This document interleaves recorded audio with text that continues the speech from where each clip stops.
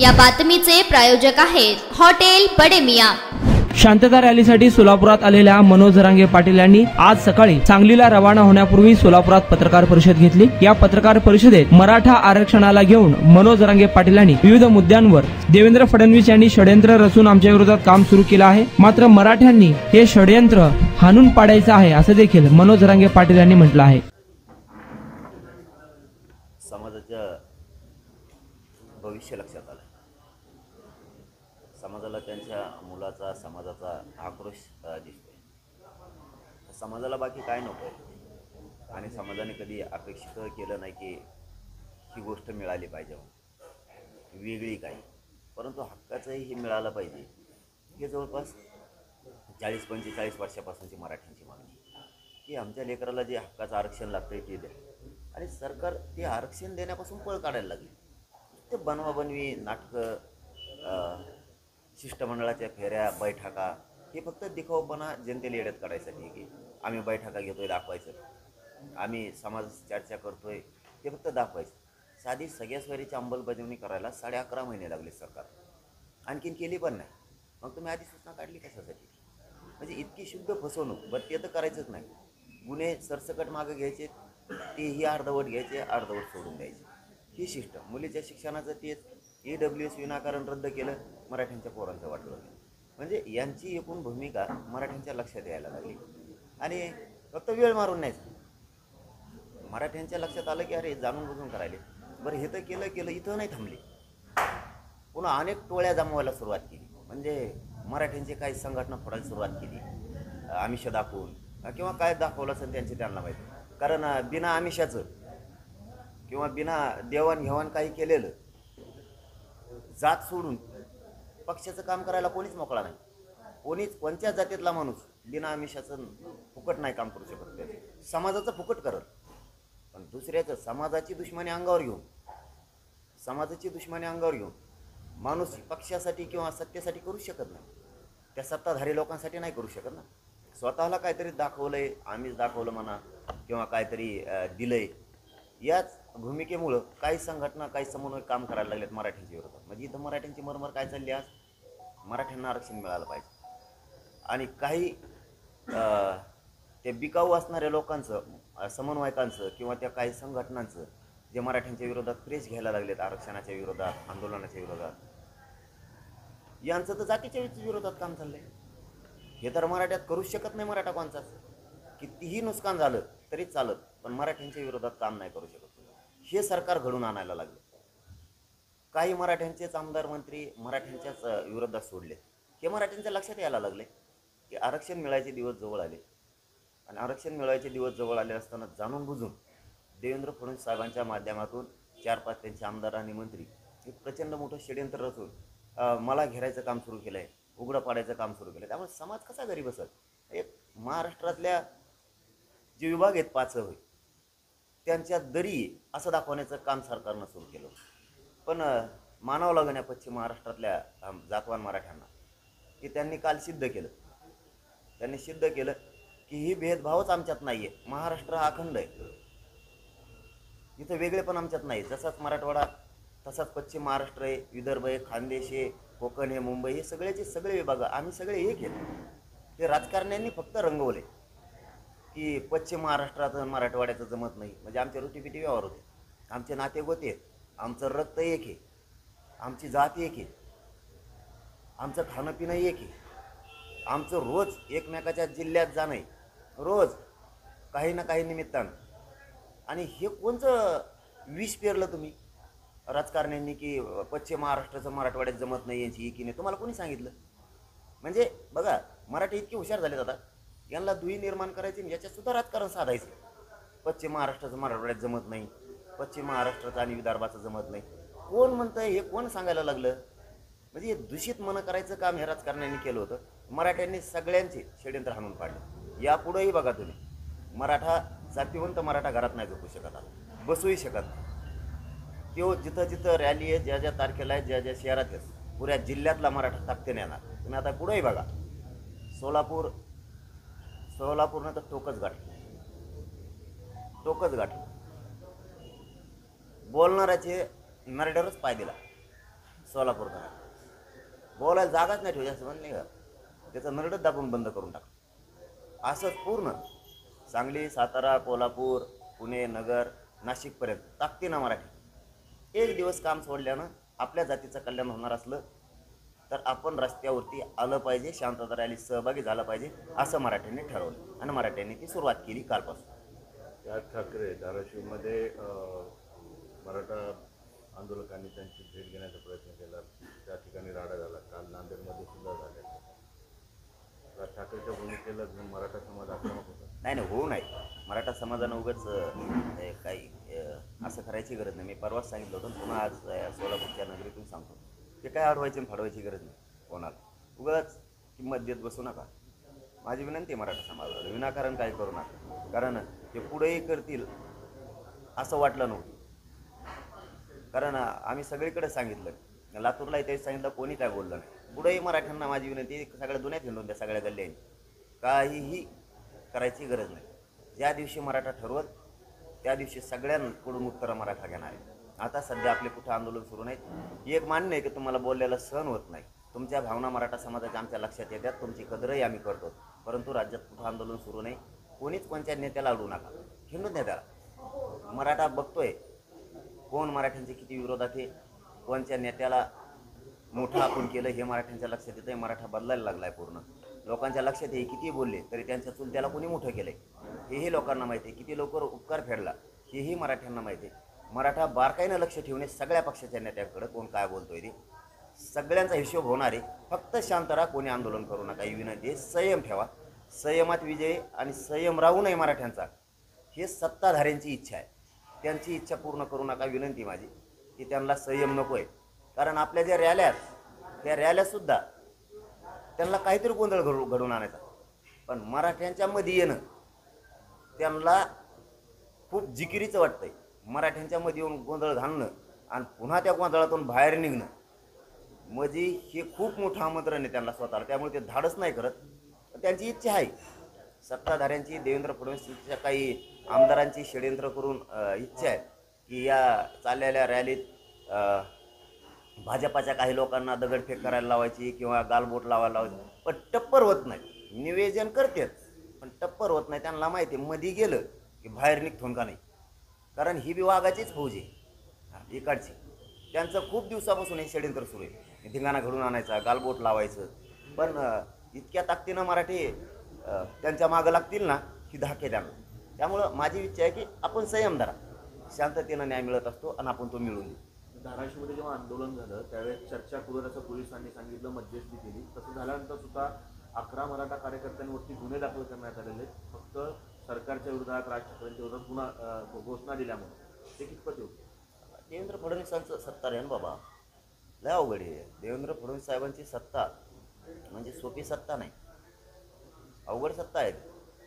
म्हणून तर आता सगळ्या जाती धर्माचे लोक एकत्र आले, म्हणून तर मराठे एकवटलेत ना.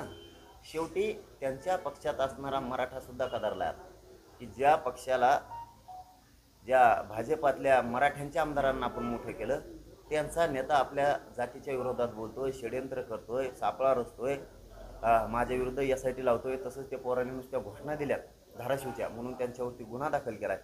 हे मराठ्यांच्या आता लक्षात येतंय. तसंच धनगर बांधवांच्याही लक्षात आलं की आपल्यालाही फसवलं यांनी. 10 वर्ष झालं आरक्षण देतो म्हणे. हीच लिंगायत समाजाचाही प्रश्न आहे, हीच 12 बलुतेदारांचा आहे, मुस्लिमांचा आहे. तुम्हाला या विधानसभेत कळलं आता कस का देवेंद्र फडणवीसांना कोणची किंमत मोजावं लागते. चलो ओके, धन्यवाद. नाही प्रश्न आहे. दरेकर म्हणताय ही शांतता रॅली नाही आहे, तर ही द्वेष पसरवणारी रॅली. तीड झालं का करणार, जाऊ दे. अभियान आहे बाबा त्यांच्या हातात, मुख्य सूत्रधार आहेत नाही काय. एखादा मोठ्या हत्याकांडाचा सूत्रधार असतो तसं मेन सूत्रधार आहे बाबा तो. त्याच्यापासून बोलायला मला भेव वाटते त्याला बोलायला. तो खूप मोठा सूत्रधार आहे. त्यांनी तर किती एका क्रांती मोर्चात 3 क्रांती मोर्चे केले आहेत, समन्वयक बदनाम नसून बदनाम केले आहेत. लय मोठं कामगिरी केलेली त्यांनी, म्हणून त्याला मागच्या दारातून घातलं आहे त्याला. ही सत्य परिस्थिती आहे, याच्यात काय खोटेपणा नाही. आता हे अभियान राबवतोय, त्यातला एक जण आता लगेच सुरुवात करणार आहे अभियानाला. संघटनेवाला, परत काही समन्वयक तयार केलेत, त्याने काही आमदार तयार केलेत बोलायला. त्याला आता काय असतं, मराठ्यांचं वाटोळं व्हावा याच्यात त्यांना आनंद आहे आणि आम्हाला आनंद आहे आमच्या मराठ्याचं चांगलं व्हावं. त्यांना वाटतं त्यांचा नेता आणि पक्ष मोठा व्हावा. जात मिली तरी चालत, माझी इच्छा आहे जात दिला तर मरू नाही द्यायचं, हे संपले तरी हरकत नाही. आणि म्हणून भाजपातला मराठा खूप नाराज झाला आहे त्यांच्यावर. सामान्य मराठ्यांना असं वाटतं यांना मोठं करून लई मोठी चूक केली, आपल्या जातीच्या विरोधात आणि आरक्षणाच्या विरोधात केली. बघा तुम्ही आता हे जर असंच करत राहिले तर पुढं काय होतं. मुंबईतल्या सीटाचं सुद्धा बघा काय होतं. आता तरी आम्हाला थोडंफार मागं पुढं वाटत होतं मुंबईतल्या सीटाबद्दल, पण आम्ही एकूण जे आढावा घ्यायला लागलो ना, भाजपच्या मुंबईच्या बी भाजपच्या सीटाला आणि नागपूरच्या सीटाला काय होतं तुम्ही नुसते मजा बघा. तुम्ही करत राहा म्हणा फडणवीस साहेबाला असंच, तुम्ही अशाच बैठका घ्या, आमच्या विरोधात रॅल्या काढायला लावा, छगन भुजबळला षडयंत्र करायला लावा, परत आता नवीन नवीन नेते बोलायला लागले त्यांना बोलायला लावा, तुम्ही संघटना फोडा. याचे परिणाम काय होते तुम्ही थोडे दिवस दमदार नसता आमचं हाय ते आरक्षण द्या, आम्हाला राजकारणाचं देणं घेणं नाही. सगळ्यात महत्त्वाचं तुम्ही 11 महिन्यापासून ज्या मागणीसाठी हे आंदोलन करता, संघर्ष करता, हे सगळे सोयरे, ही सगळी सोयरीची व्याख्या आणि मागणी आम्हाला मान्य नाही असं स्पष्ट प्रकाशन भेटलं. ते कुठं सत्य देतात, त्यांना मान्य नाही. बघ त्यांना मान्य आहे नाही, कोणाला मान्य आहे नाही याच्यापेक्षा आम्हाला जे मान्य आहे ते सरकारनं आश्वासन दिलेलं आहे. नसता सरकार जाणार, भुजबळचं ऐकायचं तर ऐका म्हणत, ते फक्त भुजबळचं ऐकत आहेत, बाकीच्याला मी दोषच देत नाही. हे सगळा मुकादम ते टोळी मुकादम ऊस तोडायचा ते हे टोळे बांधतोय सगळ्या, मग त्याला बळ देण्याचं काम फडणवीस करते. त्यामुळे हे भोगावं लागणार आहे फक्त फडणवीसांना, यांच्या सगळ्यांमुळे भोगणार ते. नसतं आमची अंमलबजावणी सगळे सोयऱ्यांसह ठरलेल्या 8-9 मागण्या द्यायच्या ज्या ठरलेल्या आहेत त्या 83 क्रमांकाला कुणबी आणि मराठा आहे. सरसकट मराठ्यांना कुणबी प्रमाणपत्र द्यायचे, गुन्हेसुद्धा सरसकट आहे. कुणबी नोंदी शोधायच्या बंद केल्यात. हे जे सगळे प्रश्न आहेत 3ही गॅजेट्सचं हे सगळे सोडवायचे, आम्हाला राजकारणाशी देणं घेणं नाही. नसता या लोकांमुळं राज्यातलं भाजप पूर्ण संपून फडणवीस साहेब मोकळे होणार. महाराष्ट्रात निजामी मराठ्यांकडून ओबीसीचं आरक्षण संपवण्याचा डाव करतायत असा आरोप प्रकाशन त्यांच्यावर केला ना, ते देते उत्तर. ते मला माहीतच नाही त्यांनी जेम कोण येतं, औरंगजेबाचं कोण येतं, कोणाचे कोण येतं. आम्हाला फक्त एवढंच माहिती आहे आम्ही गरीब मराठी आहेत, गरीब मराठ्यांना ओबीसीतून आरक्षण मिळून द्यायचं आणि ते कसं देत नाही ते मी बघतो. शरद पवार आणि उद्धव ठाकरे पावसात भाषण केलं, पावसातल्या भाषणाचा एक उल्लेख केला, पण नाव न घेता एका नेत्याची काय नेमकं. मग आता सगळे जण आहेत पावसात भिजत, ते एकटेच भिजत नाही, ते का नावसंच येत काय. आमचे शेतकरी बी भिजत पावसात, एखादा सरपंच बी भिजतो पावसात, आम्ही जातीसाठी भिजायलो. असं काय पर्टिक्युलर कोणाचं नावच आहे असं थोडंच आहे. शरद पवार आणि उद्धव ठाकरे यांना तुम्ही हिंमत करत नाही आरक्षणाबाबत, काय भूमिका आहे? कोण म्हणतंय तसं? प्रसाद लाड म्हणतायत असं. आणि दुसऱ्या बाजूने तुम्ही ज्यांनी आरक्षण दिलं फडणवीस यांना नेहमी टार्गेट करत राहता. राज ठाकरेंनी आपली भूमिका काही का होईना ती जाहीर केलेली आहे, पण तुमच्यात हिंमत का नाही की उद्धव ठाकरे आणि शरद पवारांना जाब द्या? तुमच्यात एवढीच हिंमत आहे का म्हणून? तुमच्यात हिंमत नाही का देवेंद्र फडणवीसला आरक्षण द्या म्हणायचं? कवर दुसऱ्याचे घर दाखविता रे तुम्ही? ते बिगर कोकाचं असल्यासारखं कम वागा, रणका वागू नाही कधी, मर्दासारखं वागावं. सांगा ना देवेंद्र फडणवीसला, मराठ्यांनीच निवडून दिलंय ना, द्या म्हणा आरक्षण. कशाला लोकांच्या घरात दाखवता उगाच, याला बोलत नाही त्याला बोलत नाही. आम्ही 50 वेळेस सांगितलं तुम्हाला, आमचं कुणी वाटोळं केलेलं आहे मराठ्यांना चांगलं माहीत, म्हणून तर तुम्हाला 106 माग आमदार निवडून दिले ना, 13% आरक्षण दिलं म्हणून. ते बी तुम्हीच घातलं, मराठ्यांनी लगेच तुम्हाला पायाखाली घातलं. तुम्हीच घातलं ते आरक्षण, म्हणून मराठ्यांनी तुम्हाला पायाखाली घातलंय. आता पुन्हा मराठ्यांनीच आणलेलं आहे तुम्हाला, आता पुन्हा मराठीच पायाखाली घालणार तुम्हाला जर आरक्षण नाही दिलं. कशाला घरं दाखवून नाटकं करता रे? याचे आणि त्याचे घरं दाखविता. राष्ट्रीय ओबीसी महासंघाची अमृतसरला बैठक झाली, राष्ट्रीय ओबीसी महासंघाची, आणि त्यामध्ये त्यांनी जवळपास ठराव देश पातळीवरचे ठराव केलेले आहेत आणि ओबीसीतून इतर आरक्षण कुणाला देऊ नये असा देश पातळीवर महासंघाने ठराव केलेला आहे. समजा काय होतं त्याला ठराव कोणी करू, मग आम्ही करू तिथं बसल्या बसल्या, हे देऊ नका ते देऊ नका. कायदा काय कोणाच्या मनावर चालत नसतं, ते म्हणतील तसं होत नसतं आणि ते सांगतील तेच होणार असं होत नसतं. जिल्ह्यातील कास्ट व्हरायटीचा विषय प्रत्येक जिल्ह्यामध्ये अडचण आहे. लवकर प्रमाणपत्र द्यायला अधिकारी टाळाटाळ करतात, पैशाची मागणी होते असं म्हणणं आहे. काय सांगाल? हे सरकारच विचित्र आहे. यांना जाणून बुजून एका हाताने द्यायचे आणि दुसऱ्या हाताने वाटोळं करायचं. उघड उघड सांगतो मी तुम्हाला, धनगर बांधवांकडून निवडून येईपर्यंत पहिल्याच कॅबिनेटमध्ये तुम्हाला आरक्षण देऊ असं सांगितलं. एका हाताने मतदान घेतलं, सत्ता हस्तगत केली, दिलं नाही. तसंच एका हाताने द्यायचं, दुसऱ्या हाताने वाटोळं करायचं. ही यांची पद्धत आहे. शिंदे समिती गठीत केली, नोंदी शोधल्या, प्रमाणपत्र द्यायला त्यांनीच अडचणी आणायला सुरुवात. प्रमाणपत्र दिले, व्हॅलिडिटीला त्यांनीच अडचण आली. वंशावळ समिती गठीत केली, तिला काम करायचं सांगितलं नाही. कशाला गठीत केली? नोंदी शोधल्यात, कक्षेच नाही आहेत प्रमाणपत्र देण्यासाठी. ही यांची वागण्याची पद्धतच चांगली नाही. मुलीला मोफत शिक्षण केलं, नुसतं कागदावर ठेवलं, फीस भरून घेतलं. फीस भरायचे झाल्यावर आता मोफत केलं. आता सगळ्या फीस घेतल्यावर इतके उलटे दिमागाचे कामं करते ते. सगळ्या स्वारीची अंमलबजावणीला सुद्धा यांनी असंच केलं. हे जाणून बुजून मिळू देत नाहीत. ACBC मराठ्यांनी मागितलं नाही तरी कायदा पारित केला आणि EWS मराठ्यांचं घातलं. एकीकडून EWSचंही प्रमाणपत्र मिळत नाही, त्याचाही फायदा होत नाही रद्द केल्यामुळं. ACBCचं 10% आरक्षण दिलं, त्याची व्हॅलिडिटीची आठ घालून ठेवली. व्हॅलिडिटी 1 महिन्याच्या आत निघत नाही आणि 3 राऊंडच्या आत पोरांना ते प्रमाणपत्र द्यायचं. तिथं अधिकाऱ्यांचे काही संप, काही अधिकारी जातीवादी, काही अधिकारी मुद्दाम देत नाहीत आणि सरकारचं वरून प्रेशर तातडीनं देऊ नका. म्हणजे तिन्ही बाजूने यांनी मराठ्यांचं वाटोळं करायचं ठरवलं. याची 10% मागणी नसून बळच लादलं. बरं लादू द्या. EWS रद्द केलं. तुम्हाला कोणी रद्द करायचं सांगितलं? जर ACBCचा कायदा झाला म्हणून ते रद्द करावं लागलं तर ACBCचा कायदाच करायचा नव्हता. तुम्ही 10% आरक्षण द्यायचंच नव्हतं. EWS आमच्या पोरांनी घेतलं असतं. म्हणजे हेच वाटोळे करणारे आणि हेच समजून सांगणारे परत. त्यामुळं लोकांच्या लक्षात आले यांनी 10% आरक्षण देऊन मराठ्यांचं वाटोळं केलं. कारण EWS त्यामुळं रद्द केलं. EWS रद्द करण्याची कोणाची मागणी नाही किंवा 10% आरक्षण देण्याची सुद्धा महाराष्ट्रातल्या एकाही मराठ्यांची मागणी नाही. हे दोनही ACBC देऊन वाटोळं केलं आणि EWS रद्द करून वाटोळं केलं.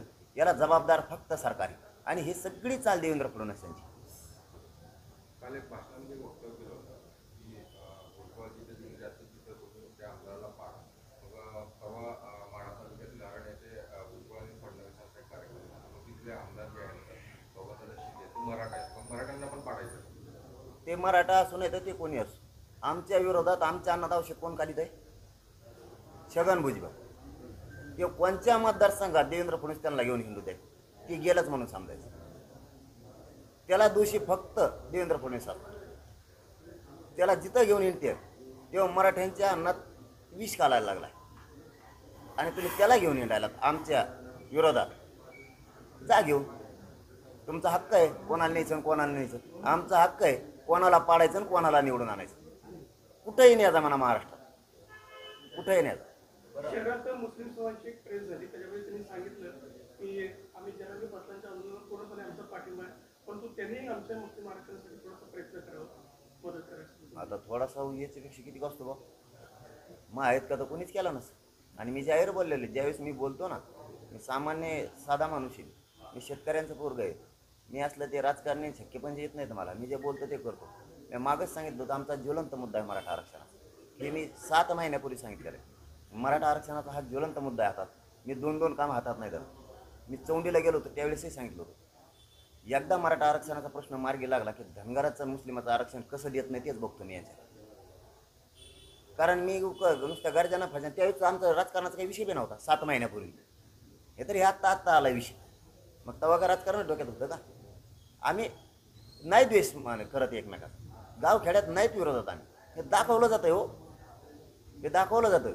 धनगरांचं मराठ्यांचं जमत नाही, मुस्लिमांचं मराठ्यांचं जमत नाही, दलितांचं मराठ्यांचं जमत नाही, 12 बलुतेदारांचं आमचं सगळ्याचं जमतंय. अहो आमचं धकतच नाही. मराठ्यांचं त्यांच्याशिवाय धकत नाही आणि त्यांचंही मराठ्याशिवाय धकत नाही. अहो रोज बसायला लागतंय, उठायला लागतंय. जाबर गाव खेड्यात तुम्ही सगळे, आणि तुम्ही सगळे गाव खेड्यातलेच आहेत. टपरी पुढं उभं राहिली, चहा प्यात कचाकच घोडले होते त्या एकमेकाला. प्रेम येते एकमेकावरती. आम्हाला नाही धकत एकमेकाशिवाय. एकमेकाला बैल दिल्याशिवाय धकत नाही, पाणी दिल्याशिवाय धकत नाही. आम्हाला कुठं मोटरसायकल एकमेकाची घेतल्याशिवाय नाही जाता येत. सगळ्याकडेच मोटरसायकल नाहीत, सगळ्याच मराठ्याकडे मोटरसायकल नाहीत, सगळ्याच ओबीसीकडे नाही आहेत. आम्हाला एकमेकाला सगळ्या मदतीला यायला लागतं. एकमेकाला बैल द्यायला लागतात, आवतं द्यायला लागतात, एकमेकाची पेरणी जावं लागतं. सगळ्याकडे ट्रॅक्टर नाहीत, आम्हाला एकमेकाचे ट्रॅक्टर पण हाणायला लागतात. आम्हाला सुखदुःखातून वारावं लागतं, लग्नात राहायला लागतं. आम्हाला सगळ्या बाजूने आमच्या अडचणी आहेत. आम्हाला एकमेकाशी देवाणघेवाण करायला लागते. आम्ही सगळेच मराठी पैशावले नाहीत, सगळेच ओबीसी पैशावले नाहीत. आम्ही सगळ्याला एकमेकाला आमच्या जीवन मरणाचे प्रश्न आहेत एकमेकाशी. रोज आम्हाला एकमेकाचं भविष्यात दैनंदिन जीवनात दैनंदिन अडचणीत एकमेकाच्या उभं राहायला लागतं. हे दाखवते ते 10-15 माकडे आहेत का त्यांचे, आणि आमचे काय धडाचे असे नाही. आमचे 10-15 जण आमच्यावरले जळत आहेत. हे फक्त यांच्या राजकीय फायद्यासाठी आमच्यात दिलं पेटून येईल, पण आमच्यात पेटत नाही. नसता गावखेड्यात आतापर्यंत काय झालं असतं? कधीच ओबीसी आणि मराठा एकमेकाच्या अंगावर गावखेड्यातला जाणार. काल भाषणामध्ये चौथऱ्या टीका केली, शरद पवारांना टार्गेट केलं, त्यानंतर देवेंद्र फडणवीस असेल किंवा छगन भुजबळ, परंतु एकनाथ शिंदे असू दे किंवा नानाजी सावंत असू दे, यांच्याविषयी तुम्ही काही एक शब्द देखील दुसरा शब्द देखील बोलला नाही. पॉझिटिव्ह आहे तुम्ही त्या एकनाथ शिंदे आणि नानाजी सावंत म्हणजे त्यांचे सुरू करावं का लगेच? जे बोलल त्याला मी सोडत नाही. माझा पहिल्यापासूनचा रूल आहे, माणूस बोलला की मी वाजविलाच. मग तो मराठीचा असू नाही तर ते कोणाचा असू. मी बळच कोणाच्या वाटा कधीच गेलो नाही. मला एकदा दाखवून द्या की तो बळच आमच्या मागा लागला. एक बी दाखव. मी खुनशी नाही आहे, मी बळच भांडण करणारा माणूस नाही आहे. मी तुम्हाला क्लिअर सांगतो, पत्रकार बांधवांशी उत्तरं देणं किंवा चर्चा करणं एवढी सोपी गोष्ट नाही आहे. एवढी पब्लिक जर दुसऱ्याकडे असते ना एखाद्याकडे, त्याने आत्तावर मरणाचा ढेगाणा केला असता. मी माझी पाठ नाही थोपटून घे. एवढा मोठा लाखात करोडो समाज असतो, मी थोडीसुद्धा माझी नीट ढोळ दिलेली नाही. थोडीसुद्धा मी वाईट पाऊल टाकतच नाही. कारण मी जाणतो राज्य कशासाठी आहे, कोणासाठी आहे, कायदा कशासाठी आहे, लोकशाही कशासाठी आहे, कायदा सुव्यवस्था का बिघडली नाही पाहिजे, कोणाची इच्छा आहे बिघडली पाहिजे, कोणाचं स्वप्न उगाच उठला आणि पळाला आणि लगेच बोलला. मी असं कधीच करत नाही. मी अंगावरही कोणाला घेत नाही. माझ्या अंगावर आलं मी सोडत नाही. तो किती मोठा असू नाही, ते गुंड असू नाही, फंड असू, मोजितच नाही मी त्याला. विधानसभेमध्ये नेमकी भूमिका काय असणार? म्हणजे आता लोकसभेला तर आईनं म्हणजे 11 नंबरला माघार घेतली, तर आता विधानसभेला फायनली तुमचं ठरलंय का? आणि 29 तारखेला सांगतो ना, तुम्ही आता सगळं उकरून काढा लागले बाबा. मग आता काढ सगळं 5 का होईन ना आमचा, इतक्या लवकर सांगितलं. आता म्हणताय की एकनाथ शिंदेच्या बाबतीत आपलं भूमिका मांडली, परंतु वाशीत बोलून मुख्यमंत्र्यांनीच आश्वासन दिलं होतं ना. राज्याचे प्रमुख मुख्यमंत्री आहेत, मी उपमुख्यमंत्र्यांबाबतीत बोलतो, तर मुख्यमंत्री जे राज्याचे प्रमुख आहेत त्यांच्याबाबतीत तुम्ही बोलत नाही. तुम्ही मागच्या बाईट बघितल्याच नाही थोडं. मी लय धुतो, पण आता त्यांनी 13 तारखेपर्यंत वेळ घेतलेला ऑगस्ट. का बोलून होते आधीच नाही दिल्यावर बघतो. आणि मी खरंच नाही इथून पाठीमागं चुकलेल्याला सोडलं नाही. मला बघा, मी तुम्हाला प्रामाणिकपणा सांगतो, मी पत्रकार परिषदा घेतो आणि बोलायचं म्हणून कधीच बोलत नाही. मी फक्त समाजाचं.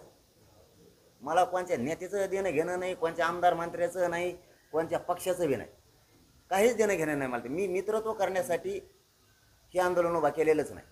माझा समाज मोठा करायचा, माझ्या समाजाची शक्ती वाढवायची, माझ्या समाजाचे लेकरं अधिकारी झाले पाहिजे, त्यासाठी हे आंदोलन, बाकी कोणासाठी नाही. मग कोणत्या पक्षाचा असू दे, चुकला की हुकलाच, पण आता नाही. आता पाळणाच म्हणायचा. आता चुकला की पाळणाच. तुम्ही काल भाषणामध्ये हे म्हटले की या नेत्यांना मिळत लागणं की मी कुणाचा आहे. हो ना राव, काय खोटं बोललो का? काय याच्या आधीच असं होतं, मी तिकडं होतो त्या टायमाला. आधी तर म्हणले हे शरद पवारांचा माणूस, नंतर दुसऱ्याच दिवशी सकाळी म्हणले नाही म्हणे ते एकनाथ शिंदेचा माणूस. त्यांना तिथं मेळ होकला त्यांचा. नाही म्हणले उद्धव ठाकरेचा माणूस. नंतर ते सगळं सोडून दिलं.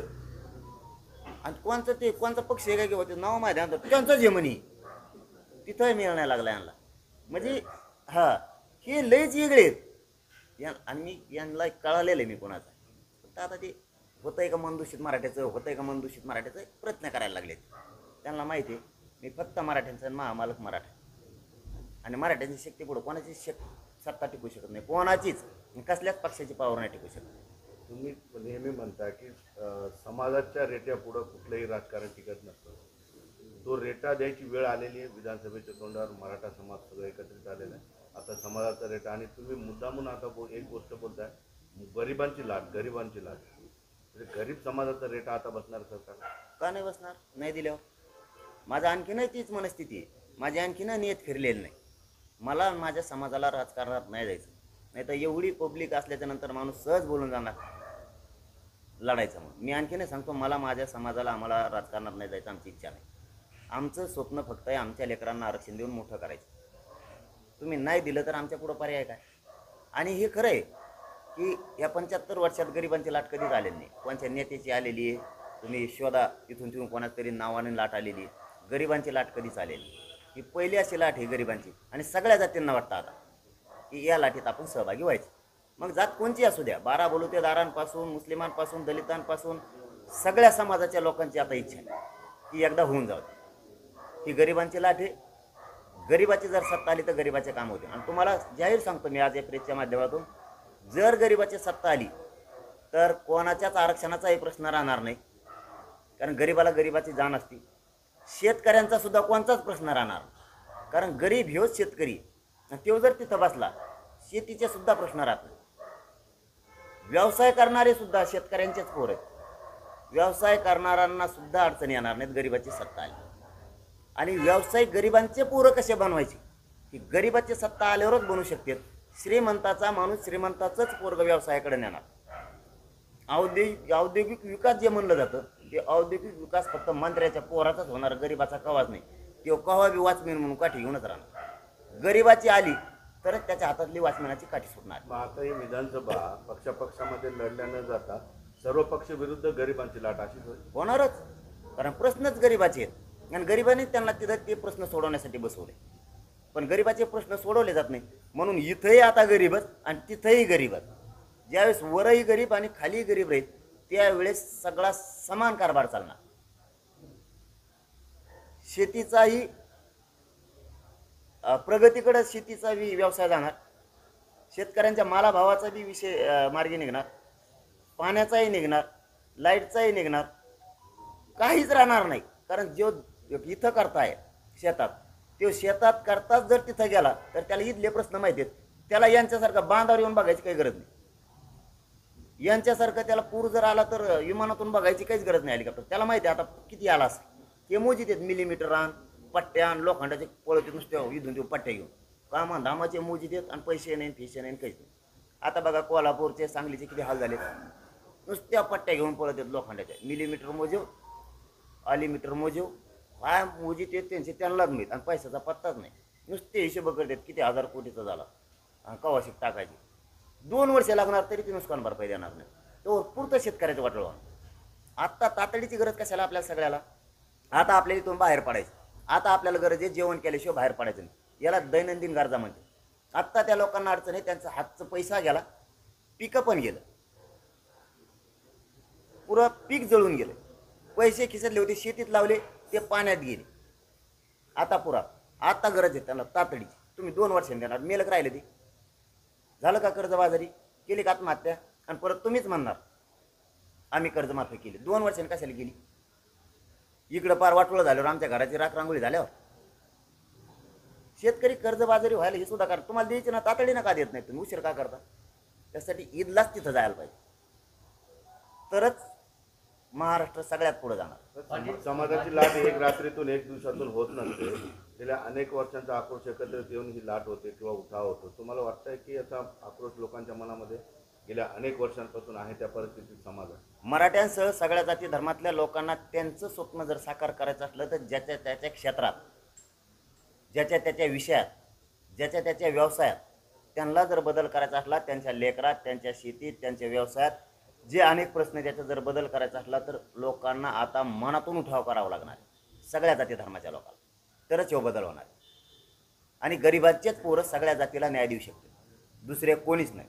गरिबांचेच पोरं जर तिथं बसले तेच गरिबाला न्याय देऊ शकतात. त्यांना जातीवाद ही गोष्ट माहीत नाही.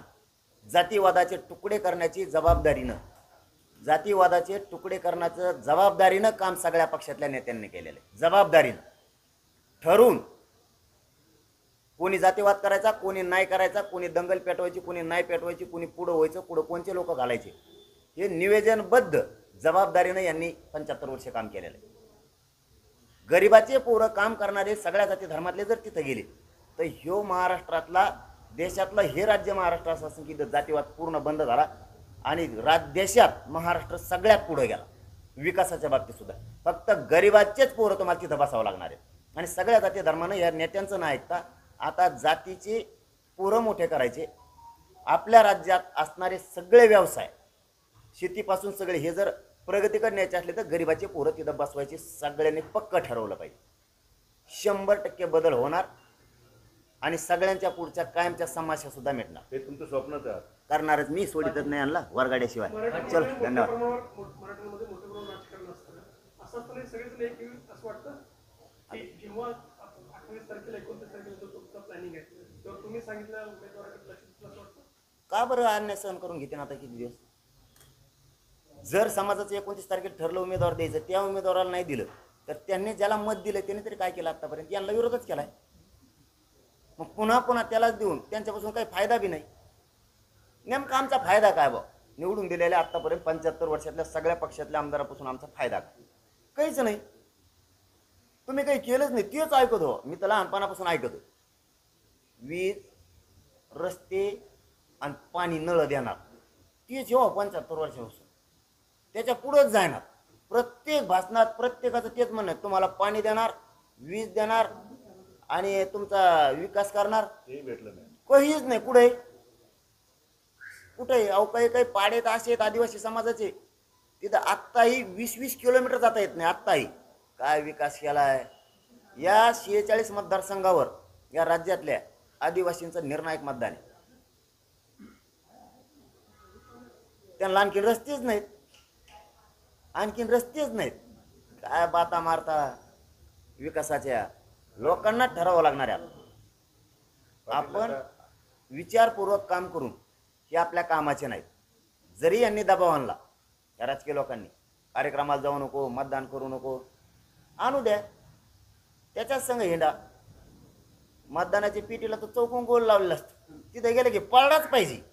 याला म्हणायचं जातवान मराठा. बटनच त्याच्याकडून दाबायचे नाही. पाटील, तुम्ही आरक्षणाचा विषय मांडता आता मतदारसंघाची स्टडी सुद्धा तुम्ही केलेली. तुमच्या बोलण्यातून कळतं की एवढ्या मतदारसंघामध्ये एवढं निर्णायक आहेत, एवढ्या मतदारसंघामध्ये तेवढी लोक आहेत. तुम्ही आता पूर्ण तयारी मानसिकताच केलेली सगळ्या गोष्टी. 29 आणखीन लय सांगणार आहे मी. तयारी का? त्यांनी शिकेल आहे मला. त्यांचे देत माझ्याकडून ते शिकी देत मला. म्हणून तर त्यांना मग कोड वर काढा मी कोणाचा आहे तर ते पडूनच जाते. मग पोरं उड हे कोणाचं आहे हे कोडून डोकं लावतो काय करतो हे म्हणण्यात पडूनच जाते. मग म्हणते पडो काय मी तर निवडणूक होऊन जाणार. त्यांच्यात लय पाच काय आहे. त्यांना कळन ते जसं माझ्याबद्दल विचार करतात, याचं असं होईल त्याचं तसं होईल. आधी तुमचं सांभाळा म्हणा. ते सगळं इकडे येणार आहे का बाळ हुकल्यावर? आमची शक्ती कधी बी तिपटीनच वाढणार. बघा तुम्ही माझ्या सगळ्यांना वाटतं ही संधी जाऊन द्या. आता आम्हाला नाही साधलं ना, साधू द्या गरीबाला. हे खूप जणांचं म्हणणं. माया नाही रात पोटात मी देतो का गप सांगून. पण राजकारणात म्हणते पुरं सांगायचं नसतं तरी काही मी दाबून धरलंय. ते आता 29 तारखेला तुम्हाला सगळ्यात सांगतो. चलो धन्यवाद. मटन, चिकन आणि बीफ साठी प्रसिद्ध असलेलं सोलापूर शहरातील विजापूर वेस्ट येथील प्रसिद्ध हॉटेल बडे मियाँ. पाया ताहरी mutton biryani, chicken biryani, mutton शीख, चिकन 65 आदी मिळण्याचं एकमेव ठिकाण हॉटेल बडे मियाँ. मटन मध्ये beef mutton rice, beef cheese अंगुरी, बडे मियाँ स्पेशल मटन अंगारा, मटन कढी, खीमा मसाला.